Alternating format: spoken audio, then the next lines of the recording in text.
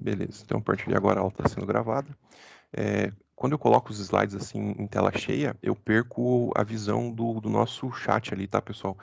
Na minha tela aqui, eu não sei como é que aparece para vocês, mas na minha tela aqui só aparece os slides.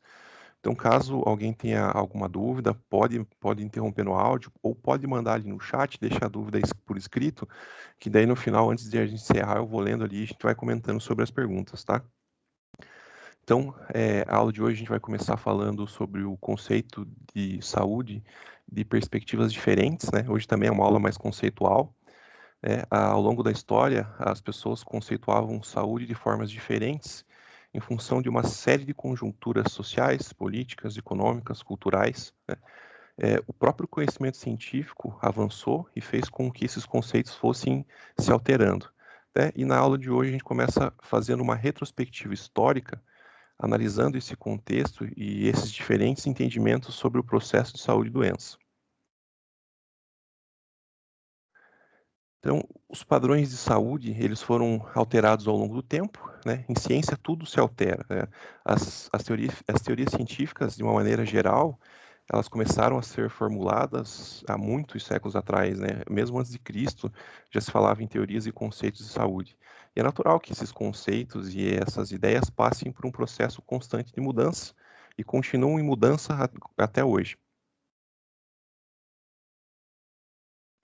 Então, como a gente já conversou nas aulas passadas, né, acredito que agora já começa a ficar um pouco mais claro para vocês que o conceito de saúde e doença reflete na conjuntura social, econômica, política, cultural, né, e a ação desses fatores faz com que a saúde e a doença não representem a mesma coisa para todas as pessoas. Então, existem diferenças sociais, vai existir diferença de época, lugar, fatores genéticos.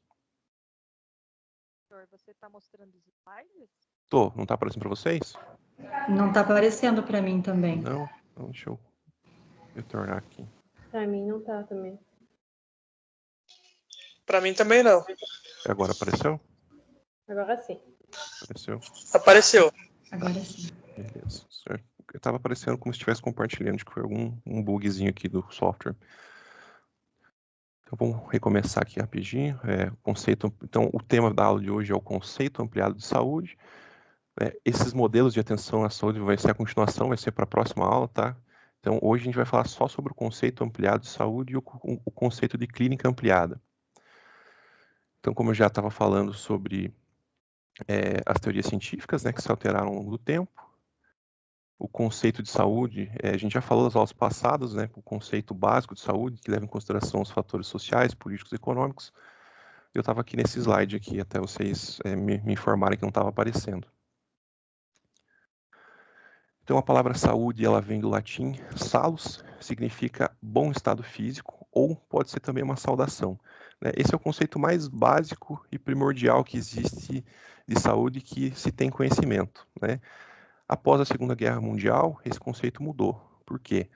Depois das atrocidades que aconteceram na Segunda Guerra Mundial, a Organização das Nações Unidas foi criada, foi proclamada também a Declaração dos Direitos Humanos, e por fim foi criada a Organização Mundial da Saúde, que na sua Constituição de 1946, então acabou conceituando a saúde, como nós já vimos lá na primeira aula, como sendo saúde, o pleno bem-estar biológico, psicológico e social. Então, nessa retrospectiva histórica, nós vamos ver alguns momentos que as questões de saúde eram vistas de outra forma. Por exemplo, lá na antiguidade, para os antigos hebreus, as doenças eram vistas como uma punição divina, né? É uma punição divina para os pecados humanos, um castigo. Já na Grécia Antiga, o padrão de beleza era considerado saúde. Então, saúde basicamente era a beleza física, né? Se vocês pararem para pensar nas esculturas dessa região, da Grécia e da Roma Antiga, todas as esculturas elas remetiam ao corpo. Na Idade Média, o conceito de saúde já começou a se alterar também, né? Passou a ser mais relacionado com pureza de espírito, principalmente relacionado aos dogmas religiosos, né? A Idade Média, você tinha uma predominância de religiões como o cristianismo, começou a ter um desdobramento de religiões, então a pessoa saudável era considerado aquela pessoa que seguia essa religião. Pós-Idade Média, ali, então, dos anos 1500 para frente, o princípio biológico da unicausalidade. Unicausalidade, única causa, certo? Então, todas as doenças buscavam se justificar com uma causa única. A doença tinha que ter um agente etiológico que era responsável por ela, uma bactéria, um vírus, né, era a época das pragas, né, logo após a Idade Média. Apesar desse conceito aqui fazer mais sentido para a gente do que esses conceitos antigos, né, ele de uma forma geral, ele é um conceito muito estreito, né, você só tem uma única causa. Então, pensando nisso, a gente chegou no modelo de saúde atual, que basicamente leva em consideração todos aqueles fatores que a gente comentou, sociais, econômicos, que resumem a qualidade de vida das pessoas. Então, o que é saúde hoje? Basicamente, saúde é a capacidade a capacidade que um sistema tem de proporcionar a qualidade de vida para o indivíduo. Beleza. Então, a gente viu que logo após a Segunda Guerra Mundial, em 48, foi criada a Organização Mundial da Saúde. Por quê? Quais seriam as finalidades da Organização Mundial da Saúde? Então, segundo a sua Constituição, a Organização Mundial da Saúde tem como objetivo desenvolver ao máximo possível o nível de saúde de todos os povos. Como que a Organização Mundial da Saúde opera? Eu não sei se vocês já ouviram falar, de tempos em tempos, existem conferências a nível mundial e também a nível nacional, onde temas são debatidos, e esses conceitos que a gente tanto fala são instituídos por especialistas que participam dessas conferências, né? Por exemplo, a aula passada a gente falou ali sobre determinantes sociais de saúde, e todas as informações sobre esses determinantes foram debatidas na Conferência Mundial que teve no Rio de Janeiro em 2011, né? Foi uma conferência específica para designar o que são determinantes sociais de saúde. Aqui a gente vai fazer uma linha do tempo das conferências nacionais de saúde, os temas que elas abordaram, e dando ênfase em uma conferência em especial que está relacionada com o tema da nossa aula de hoje, que é esse conceito ampliado de saúde. Então, lá em 1941, a primeira conferência de saúde da história do Brasil, ela ocorreu antes mesmo da criação do próprio Ministério da Saúde, né, onde os temas basicamente eram a organização sanitária e ampliação das campanhas contra a hanseníase e tuberculose. A segunda Conferência Nacional de Saúde ocorreu 9 anos depois, em 1950, e essas duas primeiras conferências, o tema principal discutido foi justamente a criação desse Ministério da Saúde, que acabou se tornando realidade em 1953, né? Então, até 1953 não se existia um Ministério da Saúde, e foi criado a partir dessa data e está aí operando, bem ou mal, está aí operando até os dias de hoje. Em 1963, a terceira Conferência Nacional da Saúde já começou com uma proposta de descentralização. Mais para frente a gente vai entender um pouquinho melhor o que é esse conceito de descentralização. E também foi feita a elaboração de um Plano Nacional de Saúde para a União, Estados e municípios, né? A elaboração do PNS foi o tema principal da Conferência 63. Em 1967, 75, 77 e 80, essas quatro conferências, elas ocorreram já durante a época da ditadura militar. Então, não tem muito registro histórico sobre o que essas conferências tratavam, né?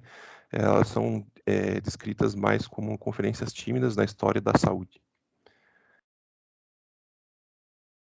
E aqui, a gente chegou na 8ª Conferência Nacional de Saúde, de 1986. Essa aqui é uma das principais, se não a principal Conferência Nacional de Saúde da história, tá? Foi aqui que começou o movimento da reforma sanitária. A reforma sanitária está na ementa da nossa disciplina, ela vai ser objeto de estudo em aulas futuras, em aulas específicas. Essa conferência aqui também serviu como base para a criação do SUS, né? O SUS ele foi criado em 1988, então 2 anos depois, né?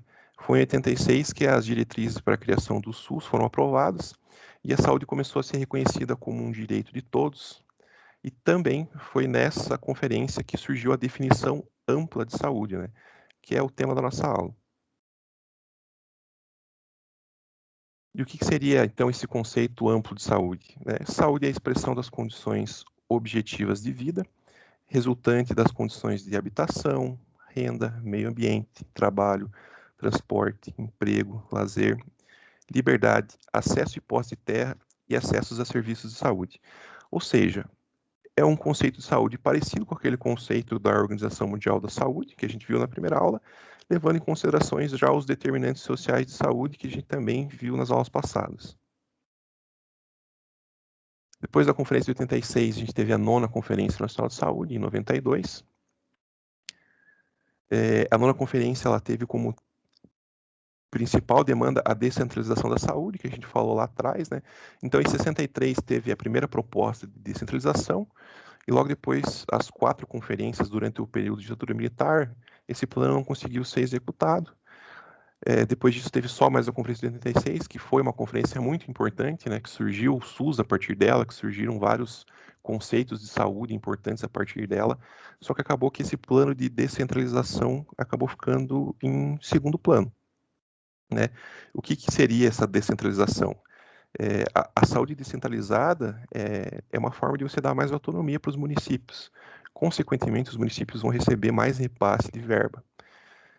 Um exemplo prático de descentralização, acho que a gente até já comentou um pouco sobre isso. Por exemplo, eu moro na região central da cidade, eu preciso me consultar no posto de saúde da Barão. Vocês, se alguém aí mora lá no Presidente Vargas, vocês têm o posto do Presidente Vargas que vocês precisam fazer o primeiro atendimento do SUS de vocês lá. Quem mora no Palmeiras tem o posto do Palmeiras, né? Isso é uma forma de descentralizar, não deixar que os recursos fiquem centralizados num local só. Talvez o que aconteceria se não existisse esse formato de descentralização? Talvez a cidade toda ia querer consultar aqui no posto da Barão, porque é o posto mais antigo, porque é o posto maior, e os outros postos iam ficar vazios. Então, o posto da Barão aqui ia ter uma demanda muito grande, não ia conseguir dar conta do número de consulta, enquanto os outros iam ficar ociosos. Então, esse plano existe a nível municipal, mas existe a nível estadual também, tá? Existe a nível federal. Por exemplo, o estado do Paraná, ele é dividido em regionais de saúde. Não sei se vocês já pararam para pensar ou se perguntaram por que quando acontece um caso de média complexidade ou alta complexidade, os pacientes aqui de Laranjeiras eles são encaminhados para Guarapuava. Por que para Guarapuava? Por que não para Cascavel? Cascavel é uma cidade maior, com mais recurso. Por que a gente vai para Guarapuava? Porque Laranjeiras do Sul faz parte da regional de Guarapuava. Então, esses casos vão ser encaminhados para Guarapuava, assim como o Guaraniaçu, que já está mais próximo de Cascavel, vai ser encaminhado para Cascavel, tá? É uma forma de dividir o número de atendimentos e não deixar com que uma região, um bairro específico, uma cidade específica acabe ficando sobrecarregado de atendimento, tá? Descentralização, a não centralização de recurso, de atendimento, de verba. Em 1996, a 10ª Conferência Nacional de Saúde, então começou a pôr em prática o plano de descentralização, né? Os municípios começaram a receber mais verba, e se aumentou o repasse de verba para os municípios, agora a gente precisa ter uma gestão financeira melhor, né? Então foi essa conferência de 96 aí que tratou principalmente dos valores de repasse dos impostos para a saúde e também dos financiamentos municipais para a saúde. Em 2000, a 11ª Conferência Nacional de Saúde. Nessa conferência foram criadas os conselhos de saúde, tanto os conselhos estaduais, conselhos municipais. Os conselhos nacionais também vão ser assunto para uma aula mais específica, tá? Vai ter uma aula específica para a gente ver como é que é a composição desses conselhos de saúde. Então, em 2013, a 12ª conferência, cujo tema foi saúde, um direito de todos e um dever do Estado, a saúde que temos e o SUS que queremos, né? O motivo desse encontro foi debater a criação de um Plano Nacional de Saúde. O conceito principal era esse, criar um Plano Nacional de Saúde. O que é esse plano? Ele é um instrumento de orientação, né, para planejar atividades e programas em geral, né, em cada nível de direção do Sistema Único de Saúde, seja ele municipal, estadual, da União, né?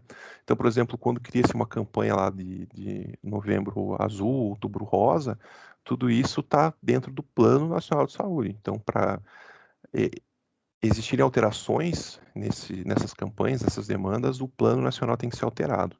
E essas alterações normalmente acontecem em conferências nacionais de saúde. Em 2007, a 13ª Conferência Nacional já foi uma conferência um pouquinho mais ampla também, foi debatido sobre as políticas de financiamento do SUS e uma maior participação da sociedade dentro do sistema de saúde. Então, ali em 2000, quando foram criados os conselhos de saúde, esses conselhos, quem participava deles era especificamente profissionais da área, gestores, né? E a partir dessa conferência, da 13ª conferência, foram criadas vagas para a população.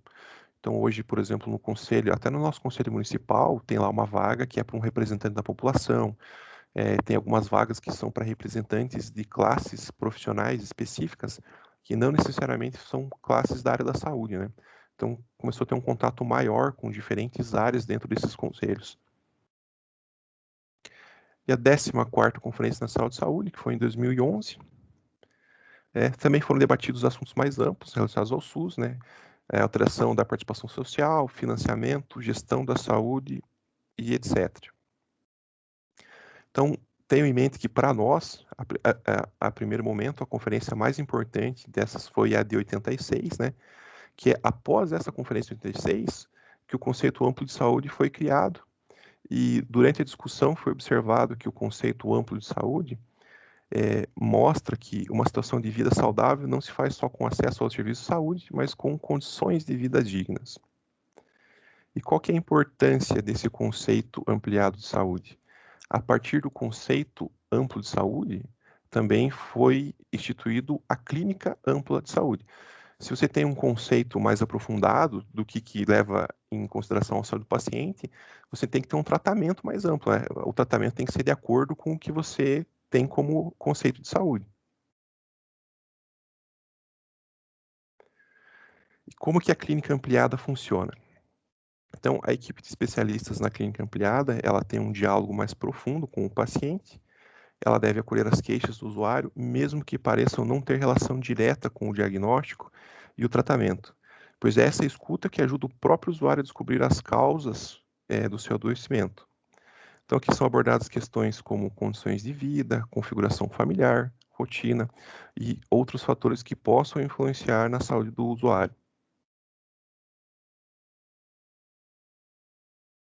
Então, como é que funciona lá? Vamos entender um pouquinho mais esse conceito de clínica ampliada. Por exemplo, como que funciona a clínica tradicional? A clínica tradicional, ela é baseada no modelo biomédico, que a gente também já conceituou nas aulas passadas, que ele basicamente leva em consideração os sintomas da doença e os medicamentos para fazer o tratamento sintomático. Já a clínica ampliada, né, lembram que ali na definição de clínica ampliada dizia que se levava em consideração fatores de condições de vida, configuração familiar, rotina, entre outros fatores. Então, na clínica ampliada vai ser o mesmo. O tratamento ele precisa ser ampliado, né? Vamos dar um exemplo aqui. Se chega um paciente hipertenso na farmácia ou no consultório médico, o médico vai lá, dá o diagnóstico, prescreve uma medicação ali para controlar a pressão, né? Vai dar ali uma losartana para ele, uma hidroclorotiazida, e vai mandar o paciente embora. Esse é o caminho natural da clínica tradicional. Tratou da doença, seguindo os sintomas, deu prescrição médica.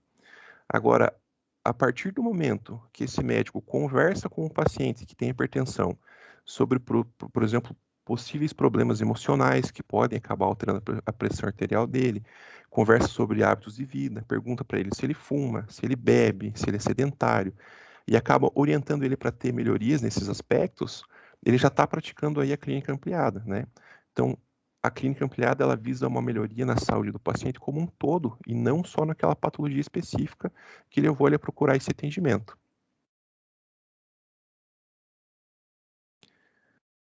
Quais que são os objetivos do modelo de clínica ampliada?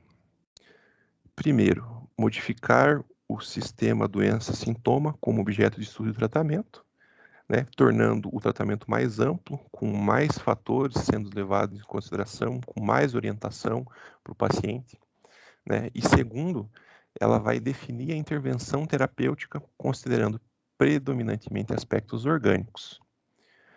Ou seja, ela tenta pensar na remissão e prevenção dos sintomas, não só com medicamentos, mas como a gente deu o exemplo ali atrás, também com orientações sobre estilo de vida, sobre nutrição, terapias, é o que a gente chama de terapia não medicamentosa de uma maneira geral.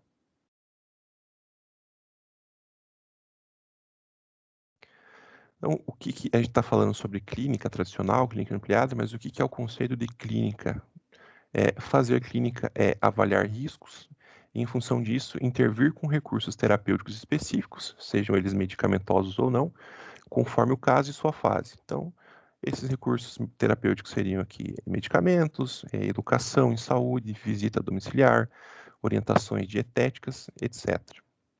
Certo? Então, basicamente, qualquer orientação ou atendimento que vocês fizerem, depois que vocês estiverem inserido na vida profissional de vocês, depois de formado com o paciente, vocês já vão estar praticando a clínica, de uma maneira geral.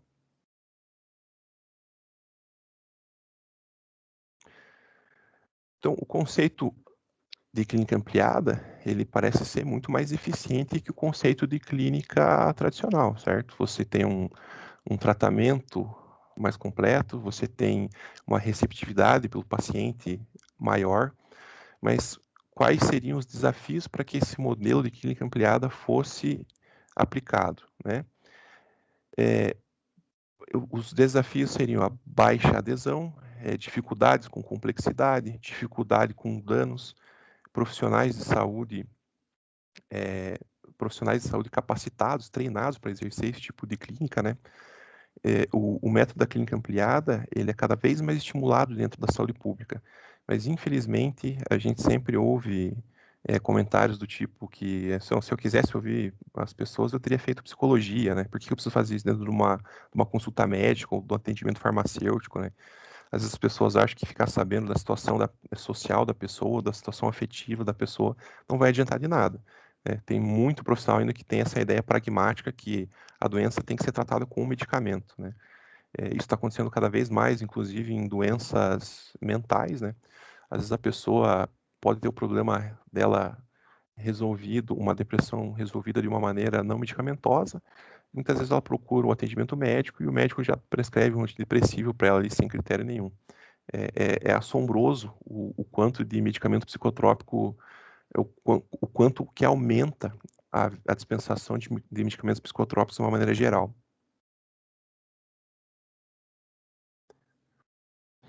Então aqui, resumidamente, a clínica ampliada é um modelo para qualificar o modo de se fazer saúde, né? Ampliar a clínica é aumentar a autonomia do usuário no serviço de saúde. O diagnóstico ele é feito não só pelo conhecimento dos especialistas em relação aos sintomas, mas também leva em conta a história de quem está sendo cuidado, né? Isso é muito importante para uma pessoa que procura o sistema público de saúde. Qual que é o diferencial da clínica ampliada para o usuário? A ampliação da clínica trabalha os danos e benefícios gerados pela prática dela. Então, às vezes, a queixa do usuário não vai parecer ter relação nenhuma, né, relação direta para o diagnóstico e tratamento. Mas, às vezes, essa mesma queixa é o que vai auxiliar a equipe de saúde a descobrir os motivos da própria doença. E, na prática, como que a clínica ampliada acontece? Basicamente, através da escuta, né? Então, o profissional de saúde vai buscar, junto com o paciente, os motivos pelos quais ele adoeceu, como que ele se sente em relação aos sintomas, para tentar entender a doença e ter um impacto na saúde desse paciente. A gente comentou lá antes do exemplo do hipertenso, que não basta mandar ele tomar losartana, tomar um captopril ou qualquer coisa do tipo, né? Tem que orientar ele em relação à dieta, né? Tem que contar para ele que se ele comer gordura, vai entupir uma veia dele, ele pode vir a ter um infarto, um AVC, né? Tem que contar para ele que se ele praticar atividade física, vai ajudar ele a baixar a pressão, né? Estilo de vida em geral, que fumo, bebida são fatores de risco para quem tem problema cardíaco, né? Então, tudo isso faz parte desse conceito de clínica ampliada e como ela funciona na prática, né? E tem mais a questão, que já aproveitando que a gente está falando sobre o hipertenso, Tem mais a questão que tem hipertenso que vai precisar se cuidar de uma forma diferente de outra pessoa que tem hipertenso, né? E quando eu digo hipertenso, é só um exemplo. O mesmo vale para um paciente que é diabético, para um paciente que tem uma doença crônica, artrite, artrose, né? Então, cada caso é um caso. Por exemplo, às vezes a pessoa tá isolada com depressão ou está desempregada, né? Tudo isso precisa ser ouvido pelo profissional de saúde, precisa ser levado em consideração na hora de bolar uma estratégia para tratar essa pessoa, né? Pessoal, como a gente combinou na primeira aula, no final de toda quarta-feira a gente vai fazer um trabalhinho por escrito, né? E esse vai ser o trabalhinho da nossa aula de hoje. Você faz parte de uma equipe multidisciplinar de saúde, formada por médicos, farmacêuticos, agentes de saúde em geral, nutricionistas, enfermeiros, etc., de uma unidade básica de saúde, de um posto de saúde. Você é responsável pelo atendimento dos pacientes diabéticos junto com essa tua equipe multidisciplinar. Levando em consideração o conceito de saúde ampliado e a clínica ampliada que a gente discutiu na aula, como você pode contribuir para o atendimento desses pacientes?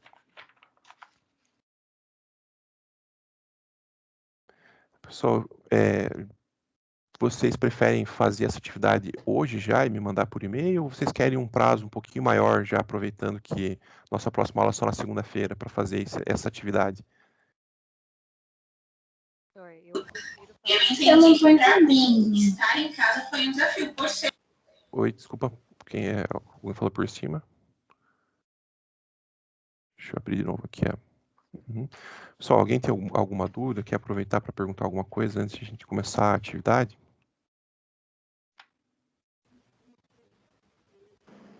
Eu, na minha opinião, acho melhor entregar na próxima aula, para a gente dar uma lida, relida nos slides, né? Tá. Eu também gostaria, eu acharia melhor. Eu também, professor. Tá, vamos fazer assim. Tá aparecendo o slide de novo ou saiu da tela? Sim. Tá aparecendo. Nossa.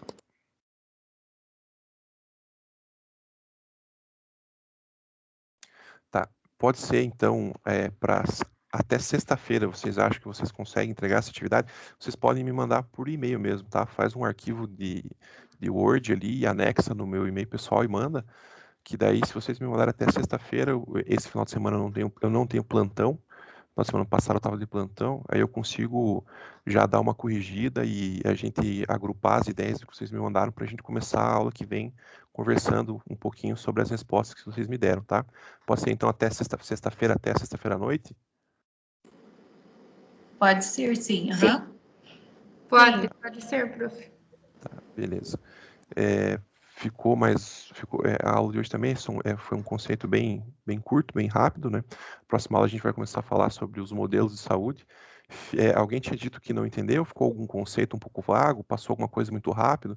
A aula remota, normalmente, ela tende a ser mais rápida que a aula presencial, né? Tem menos interação. Alguém quer fazer alguma pergunta? Alguém quer fazer alguma observação?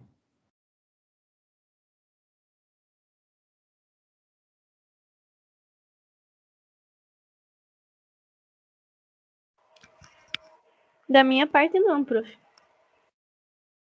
Tá, beleza. Então, eu vou fechar essa aba aqui, tá? Esses slides, eles já fiz o upload deles para a plataforma, tá? Vocês conseguem ter acesso a eles aqui pelo Teams, mas eu já vou mandar ali no grupo também para vocês, daqui a pouquinho, eles em PowerPoint e em PDF, beleza? Então, até sexta-feira à noite, que é um prazo bacana, né? Vocês vão ter 2 dias e pouquinho, mas também é uma atividade bem tranquila, vocês conseguem fazer hoje mesmo. Eu não ouvi direito sobre o que é atividade, professor. Tá, deixa eu mandar aqui de novo a tela.